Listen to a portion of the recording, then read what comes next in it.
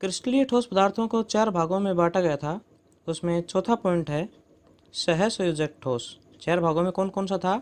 आयनिक, आणविक, धात्विक और सहसंयोजक। आयनिक, आणविक, धात्विक के बारे में पढ़ चुके हैं। सहसंयोजक ठोस, इसके अभिलाक्षणिक गुण देखिए। सहसंयोजक पढ़ चुके हैं अपन, 11th में पढ़ चुके हैं, 10th में पढ़े थे। कौन से एग्जाम्पल आते हैं इनमें? हीरा, ग्रेफाइट, फुलरेन। याद आ गया? हीरा, ग्रेफाइट, फुलरेन। अब इनके अभिलाक्षणिक गुणों को देखो, आप दिमाग में सोचो। वही अभिलाक्षणिक गुण अपन यहाँ पढ़ेंगे कि अपन कौन कौन से अभिलाक्षणिक गुण पढ़ते थे हीरे, ग्रेफाइट, फुलरेन का। वही आते हैं सहसंयोजक ठोस में। पहला पॉइंट देखिए, इस प्रकार के ठोसों में अवयवी कणों के मध्य कौन सा बंध पाया जाएगा? सहसंयोजक। भाई सहसंयोजक आणविक ठोस हैं तो कौन सा बंध होगा? सहसंयोजक। आयनिक होंगे तो आयनिक बंध पाया जाएगा, धात्विक होंगे तो धात्विक बंध पाया जाएगा। कौन सा बंध पाया जाएगा? सहसंयोजक। सहसंयोजक ठोस हैं तो सहसंयोजक। पहला पॉइंट क्लियर। दूसरा, इनमें बंध की प्रकृति सहसंयोजक होने के कारण ये विद्युत के क्या होते हैं? कुचालक। याद रखना बेटा, जो सहसंयोजक ठोस पदार्थ होते हैं उनकी प्रकृति होती है विशेष, विद्युत के प्रकृति क्या कि वो विद्युत के क्या होते हैं? कुचालक होते हैं। सहसंयोजक ठोस पदार्थ विद्युत के कुचालक होते हैं। लेकिन अपन को पता है, एक आगे आएगा एग्जाम्पल आएगा एक, कौन? ग्रेफाइट। ग्रेफाइट को हम क्या कहते थे कि वो विद्युत का क्या होता है? चालक। तो वो अपवाद हो जाएगा आगे। देखिए ये रहा अपवाद। ग्रेफाइट क्या है? कि सहसंयोजक आणविक ठोस है, लेकिन यह विद्युत का क्या है? चालक होता है। क्योंकि क्यों होता चालक? आपने 11th में इसकी संरचना पढ़ी थी। क्योंकि इसमें एक कार्बन परमाणु 3 कार्बन परमाणु से बंधित होता है, तो चौथी संयोजकता उसकी खाली होती है, वो मुक्त इलेक्ट्रॉन होता है। उस मुक्त इलेक्ट्रॉन की उपस्थिति के कारण वो क्या होता है? विद्युत का चालक होता है। एग्जाम्पल बनता है कि सहसंयोजक ठोस जो होते हैं वो सामान्यतः विद्युत के कुचालक होते हैं, लेकिन ग्रेफाइट है वो एक विद्युत का चालक होता है। क्यों? तो आपको ये आंसर देना पड़ेगा। क्योंकि ग्रेफाइट में मुक्त इलेक्ट्रॉन उपस्थित होते हैं, इसलिए एक सहसंयोजक प्रकृति का होता हुआ भी यह विद्युत का क्या होता है? चालक होता है। तो आंसर ये याद रखना बेटा, इसमें मेन पॉइंट ये है, मुक्त इलेक्ट्रॉन। देखो ये पहले भी आ चुका है धातुओं में भी, कि धातुओं में चालकता किसके कारण होती है? मुक्त इलेक्ट्रॉन के कारण। तो ग्रेफाइट विद्युत का चालन क्यों करता है? क्योंकि उसमें मुक्त इलेक्ट्रॉन पाए जाते हैं। क्लियर। नेक्स्ट देखिए, तीसरा पॉइंट, हीरा ज्ञात धातुओं में से सर्वाधिक कठोर और सहसंयोजक यौगिक है, क्योंकि इसमें प्रत्येक कार्बन परमाणु अन्य 4 कार्बन परमाणुओं द्वारा बंधित होता है, यानी सहसंयोजक बंध द्वारा जुड़ा होता है, तथा हीरे की संरचना पिंजरे नुमा होती है।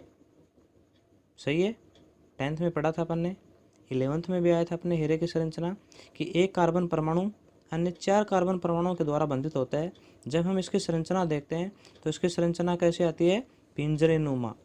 पिंजरे नुमा, और पिंजरे नुमा आती है तो ये गुथे हुए होते हैं आपस में कार्बन परमाणु, और सहसंयोजक बंध होने के कारण मजबूत बंध उपस्थित होते हैं, इसलिए ज्ञात धातुओं में सबसे क्या है? कठोर है। याद रखना। चौथा पॉइंट, इनके गलनांक के मान क्या होते हैं? उच्च होते हैं, क्योंकि भाई सहसंयोजक बंध होते हैं तो मजबूत होते हैं, और मजबूत बंध होते हैं तो उनको तोड़ने के लिए अधिक ऊर्जा की आवश्यकता होगी, तो इनके गलनांक क्वथनांक के मान भी क्या होंगे? उच्च होंगे। एग्जाम्पल देखो वही हैं जो अभी पहले स्टार्टिंग में बताए थे, हीरा, graphite, fullerene, silica oxide, SiO2 बोलते हैं। अपन ने पढ़ा था 11th में सिलिकेट्स, पी ब्लॉक में। मैंने आपके उनके लास्ट में स्ट्रक्चर्स बताई थी सिलिका ऑक्साइड के उनके, तो वो सहसंयोजक प्रकृति के होते हैं बेटा। तो silica oxide, silica carbide, oxygen को हटा करके कार्बन लगा दें अपन तो नाम हो जाएगा silica carbide. Boron nitrite, Bn, boron nitrite. तो ये यौगिक क्या है? सब सहसंयोजक प्रकृति है। हीरा, graphite, fullerene, silica oxide, silica carbide, boron nitrite, ये क्या है? सब सहसंयोजक ठोस हैं। तो एग्जाम्पल आ जाएगा, लिख दोगे ना क्या? कि सहसंयोजक आणविक ठोस के उदाहरण लिखिए। हीरा, graphite, fullerene, silica oxide, silica carbide, boron nitrite. Okay, ये हो गए अपने क्या? क्रिस्टलीय और अक्रिस्टलीय ठोस पदार्थ कंप्लीट।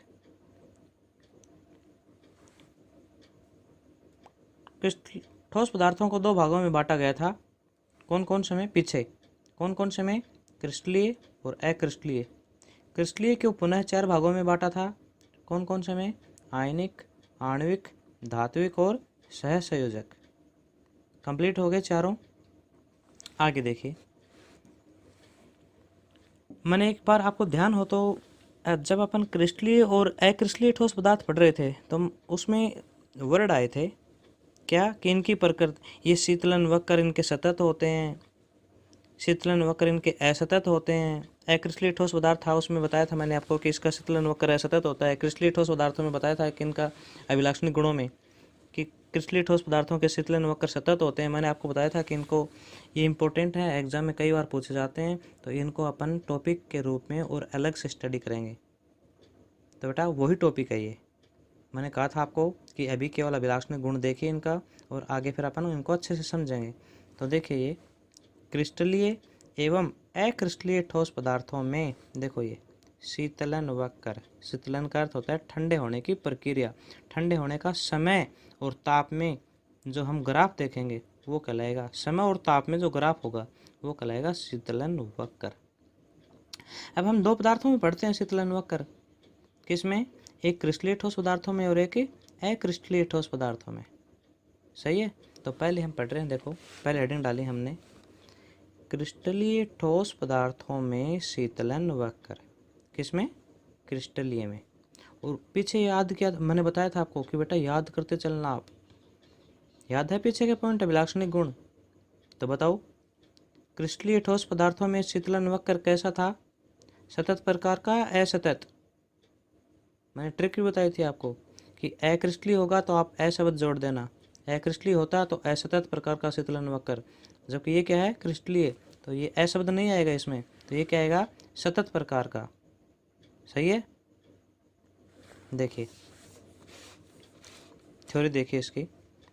क्रिस्टलीय ठोस पदार्थ असतत प्रकार का शीतलन वक्र प्रदर्शित करते हैं क्योंकि इनके गलनांक के मान क्या होते हैं?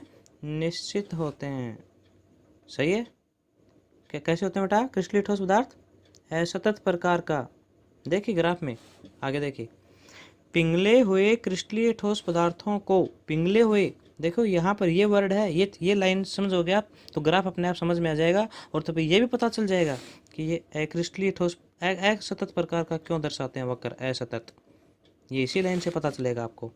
पिघला हुआ का अर्थ है हमने उसको स्टार्टिंग में बहुत ज़्यादा गर्म किया हुआ है, और गर्म किया हुआ है तो हम उसको ठंडा करेंगे, तो ठंडे होने की जो प्रक्रिया है समय के अनुसार वो उसका वक्र शो करेगी।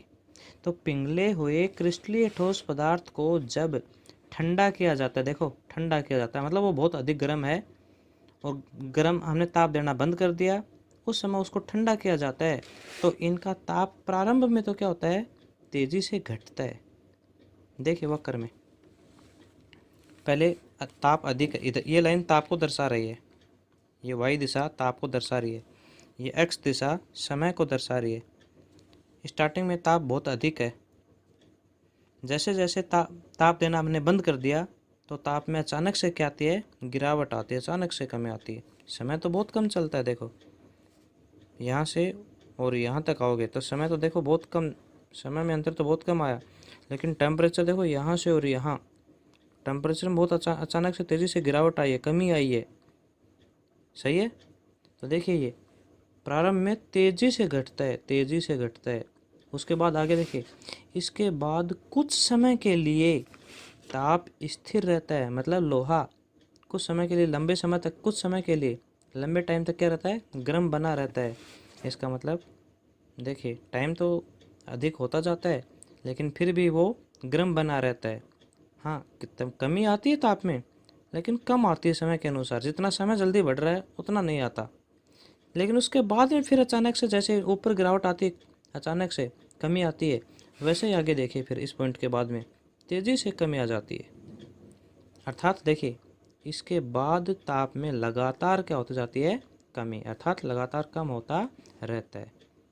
तो देखिए आप ग्राफ देखिए, पहले अचानक से कमी आई, फिर कुछ समय के लिए ये स्थिर रहा ताप, फिर उसके बाद में लगातार क्या आई? कमी आई। तो बताओ ये वक्र देखो, ताप और समय के बीच में वक्र बताओ कैसा हुआ, सतत या असतत। असतत। सतत आता तो या तो यूँ आता सीधा, या फिर यूँ आता हल्का धीरे धीरे धीरे धीरे धीरे धीरे, ताप भी घटता समय भी बढ़ता जाता, ताप भी घटता धीरे धीरे समय भी धीरे धीरे बढ़ता, तो यूँ आता, वो सतत होता। ये कैसा लग रहा है, असतत। तो देखिए क्रिस्टलीय ठोस पदार्थों के शीतलन वक्र क्या होते हैं, असतत। इम्पोर्टेंट है एग्जाम की दृष्टि से और अब की बार आ सकता है, very very very important. Question आएगा, क्रिस्टलीय एवं अक्रिस्टलीय ठोस पदार्थों में शीतलन वक्र को समझाइए। तो हमने पहले क्रिस्टलीय ठोस पदार्थों में तो समझा दिया है, ये लाइन लिखनी है हमें कि क्रिस्टलीय ठोस पदार्थों में असतत प्रकार का शीतलन वक्र पाया जाता है क्योंकि इनके गलनांक के मान क्या होते हैं, निश्चित। पिघले हुए क्रिस्टलीय ठोस पदार्थों को जब ठंडा किया जाता है तो पहले तो अचानक से उसके ताप में कमी आती है, फिर कुछ समय के लिए स्थिर रहता है, उसके बाद लगातार धीरे धीरे ताप क्या होता रहता है, कम होता रहता है। इसलिए ये वक्र देखने पर हमें पता चलता है कि किस प्रकार का शीतलन वक्र प्रदर्शित करते हैं, असतत प्रकार का शीतलन वक्र प्रदर्शित करते हैं। क्रिस्टलीय ठोस पदार्थों को 4 भागों में बांटा गया था, उसमें चौथा पॉइंट है सहसंयोजक ठोस। 4 भागों में कौन कौन सा था, आयनिक, आणविक, धात्विक और सहसंयोजक। आयनिक, आणविक, धात्विक के बारे में पढ़ चुके हैं। सहसंयोजक ठोस, इसके अभिलाक्षणिक गुण देखे। सहसंयोजक पढ़ चुके हैं अपन, 11th में पढ़ चुके हैं, 10th में पढ़े थे। कौन से एग्जाम्पल आते हैं इनमें, हीरा, ग्रेफाइट, फुलरेन। याद आ गया, हीरा, ग्रेफाइट, फुलरेन। अब इनके अभिलाक्षणिक गुणों को देखो, अब दिमाग में सोचो, वही अभिलाक्षणिक गुण अपने यहाँ पढ़ेंगे कि अपन कौन कौन से अभिलाक्षणिक गुण पढ़ते थे हीरे, ग्रेफाइट, फुलरेन का, वही आते हैं सहसंयोजक ठोस में। पहला पॉइंट देखिए, इस प्रकार के ठोसों में अवयवी कणों के मध्य कौन सा बंध पाया जाएगा, सहसंयोजक। भाई सहसंयोजक आणविक ठोस है तो कौन सा बंध होगा, सहसंयोजक। आयनिक होंगे तो आयनिक बंध पाया जाएगा, धात्विक होंगे तो धात्विक बंध पाया जाएगा। कौन सा बंध पाया जाएगा, सहसंयोजक। सहसंयोजक ठोस है तो सहसंयोजक। पहला पॉइंट क्लियर।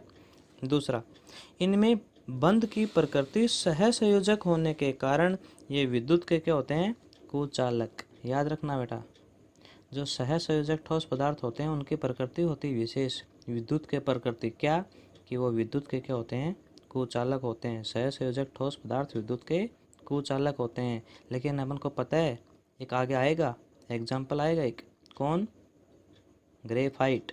ग्रेफाइट को हम क्या कहते थे कि वो विद्युत का क्या होता है, चालक। तो वो अपवाद हो जाएगा आगे, देखिए ये रहा अपवाद।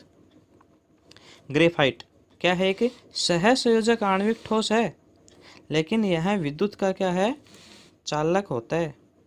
क्योंकि क्यों होता चालक, आपने 11th में इसकी संरचना पढ़ी थी। क्योंकि इसमें एक कार्बन परमाणु 3 कार्बन परमाणु से बंधित होता है, तो चौथी संयोजकता उसकी खाली होती है, वो मुक्त इलेक्ट्रॉन होता है। उस मुक्त इलेक्ट्रॉन की उपस्थिति के कारण वो क्या होता है, विद्युत का चालक होता है। एग्जाम्पल बनता है कि सहसंयोजक ठोस जो होते हैं वो सामान्यतः विद्युत के कुचालक होते हैं, लेकिन ग्रेफाइट है वो एक विद्युत का चालक होता है। क्यों, तो आपको ये आंसर देना पड़ेगा, क्योंकि ग्रेफाइट में मुक्त इलेक्ट्रॉन उपस्थित होते हैं, इसलिए एक सहसंयोजक प्रकृति का होता हुआ भी यह विद्युत का क्या होता है, चालक होता है। तो आंसर ये याद रखना बेटा, इसमें मेन पॉइंट ये है, मुक्त इलेक्ट्रॉन। देखो ये पहले भी आ चुका है धातुओं में भी, कि धातुओं में चालकता किसके कारण होती है, मुक्त इलेक्ट्रॉन के कारण। तो ग्रेफाइट विद्युत का चालन क्यों करता है, क्योंकि उसमें मुक्त इलेक्ट्रॉन पाए जाते हैं। क्लियर। नेक्स्ट देखिए, तीसरा पॉइंट, हीरा ज्ञात धातुओं में से सर्वाधिक कठोर और सहसंयोजक यौगिक है, क्योंकि इसमें प्रत्येक कार्बन परमाणु अन्य 4 कार्बन परमाणुओं द्वारा बंधित होता है, यानी सहसंयोजक बंध द्वारा जुड़ा होता है, तथा हीरे की संरचना पिंजरे नुमा होती है। सही है, 10th में पढ़ा था अपन ने, 11th में भी आया था अपने हीरे की संरचना, कि एक कार्बन परमाणु अन्य 4 कार्बन परमाणुओं के द्वारा बंधित होता है। जब हम इसकी संरचना देखते हैं तो इसकी संरचना कैसे आती है, पिंजरे नुमा। पिंजरे नुमा, और पिंजरे नुमा आती है तो ये गुथे हुए होते हैं आपस में कार्बन परमाणु, और सहसंयोजक बंध होने के कारण मजबूत बंध उपस्थित होते हैं, इसलिए ज्ञात धातुओं में सबसे क्या है, कठोर है। याद रखना। चौथा पॉइंट, इनके गलनांक के मान क्या होते हैं, उच्च होते हैं, क्योंकि भाई सहसंयोजक बंध होते हैं तो मजबूत होते हैं, और मजबूत बंध होते हैं तो उनको तोड़ने के लिए अधिक ऊर्जा की आवश्यकता होगी, तो इनके गलनांक क्वथनांक के मान भी क्या होंगे, उच्च होंगे। एग्जाम्पल देखो वही हैं जो अभी पहले स्टार्टिंग में बताए थे, हीरा, graphite, fullerene, silica oxide, SiO2 बोलते हैं। अपन ने पढ़ा था 11th में सिलिकेट्स, पी ब्लॉक में, मैंने आपके उनके लास्ट में स्ट्रक्चर बताई थी सिलिका ऑक्साइड के उनके, तो वो सहसंयोजक प्रकृति के होते हैं बेटा। तो silica oxide, silica carbide, oxygen को हटा करके कार्बन लगा दें अपन तो नाम हो जाएगा silica carbide. Boron nitrite, Bn, boron nitrite. तो ये यौगिक क्या है, सब सहसंयोजक प्रकृति है। हीरा, graphite, fullerene, silica oxide, silica carbide, boron nitrite, ये क्या है, सब सहसंयोजक ठोस हैं। तो एग्जाम्पल आ जाएगा, लिख दोगे ना क्या, कि सहसंयोजक आणविक ठोस के उदाहरण लिखिए। हीरा, graphite, fullerene, silica oxide, silica carbide, boron nitrite.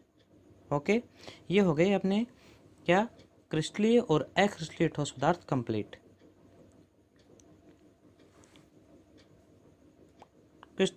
ठोस पदार्थों को दो भागों में बांटा गया था, कौन कौन से में, पीछे कौन कौन से में, क्रिस्टलीय और अक्रिस्टलीय।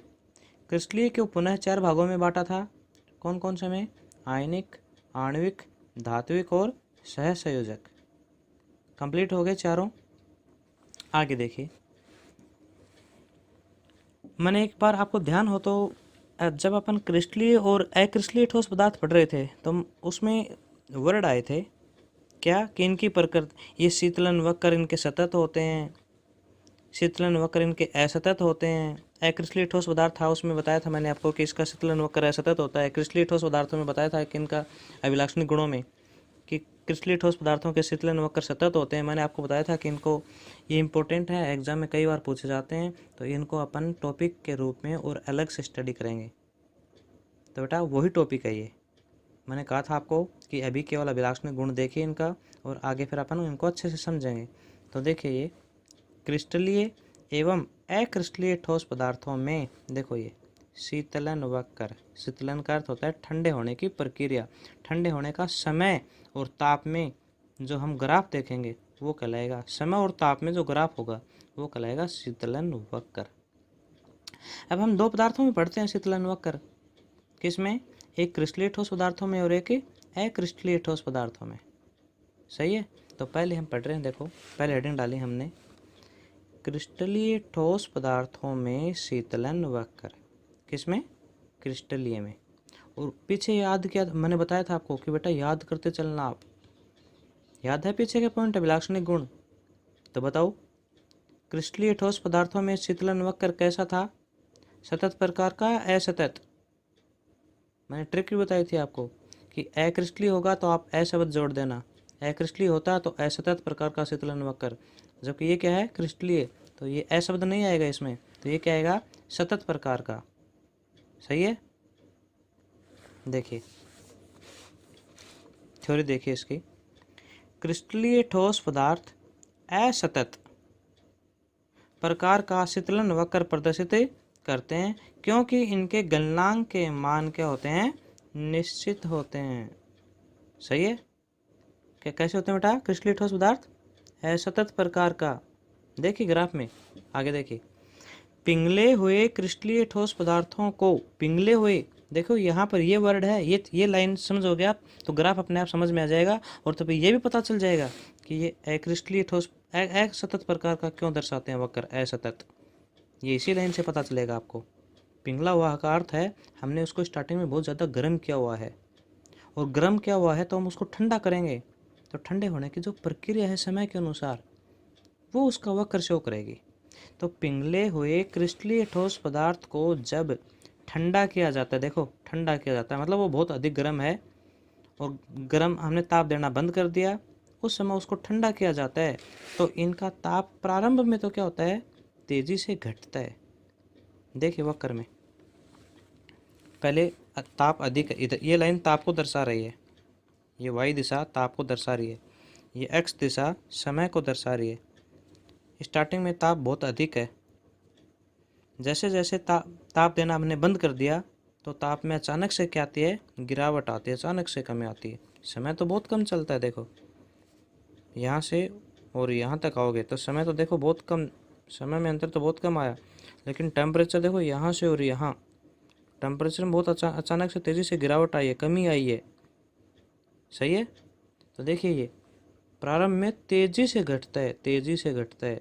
उसके बाद आगे देखिए, इसके बाद कुछ समय के लिए ताप स्थिर रहता है, मतलब लोहा कुछ समय के लिए, लंबे समय तक, कुछ समय के लिए, लंबे टाइम तक क्या रहता है, गर्म बना रहता है। इसका मतलब देखिए टाइम तो अधिक होता जाता है लेकिन फिर भी वो गर्म बना रहता है। हाँ, कमी आती है ताप में, लेकिन कम आती है समय के अनुसार। जितना समय जल्दी बढ़ रहा है उतना नहीं आता, लेकिन उसके बाद में फिर अचानक से जैसे ऊपर गिरावट आती है, अचानक से कमी आती है, वैसे ही आगे देखिए फिर इस पॉइंट के बाद में तेज़ी से कमी आ जाती है। अर्थात देखिए इसके बाद ताप में लगातार क्या होती जाती है, कमी, अर्थात लगातार कम होता रहता है। तो देखिए आप ग्राफ देखिए, पहले अचानक से कमी आई, फिर कुछ समय के लिए ये स्थिर रहा ताप, फिर उसके बाद में लगातार क्या आई, कमी आई। तो बताओ ये वक्र देखो, ताप और समय के बीच में वक्र बताओ कैसा हुआ, सतत या असतत? असतत। सतत आता तो या तो यूँ आता सीधा, या फिर यूँ आता हल्का, धीरे धीरे धीरे धीरे धीरे धीरे, ताप भी घटता समय भी बढ़ता जाता, ताप भी घटता धीरे धीरे, समय भी धीरे धीरे बढ़ता, तो यूँ आता, वो सतत होता। ये कैसा लग रहा है, असतत।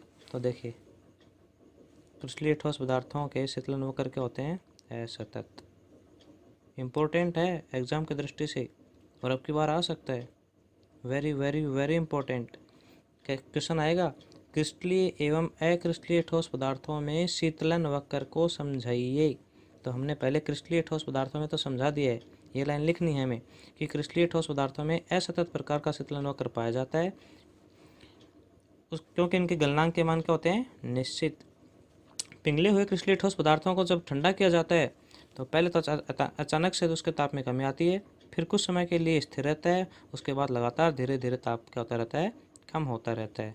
इसलिए ये वक्र देखने पर हमें पता चलता है कि किस प्रकार का शीतलन वक्र प्रदर्शित करते हैं, असतत प्रकार का शीतलन वक्र प्रदर्शित करते हैं।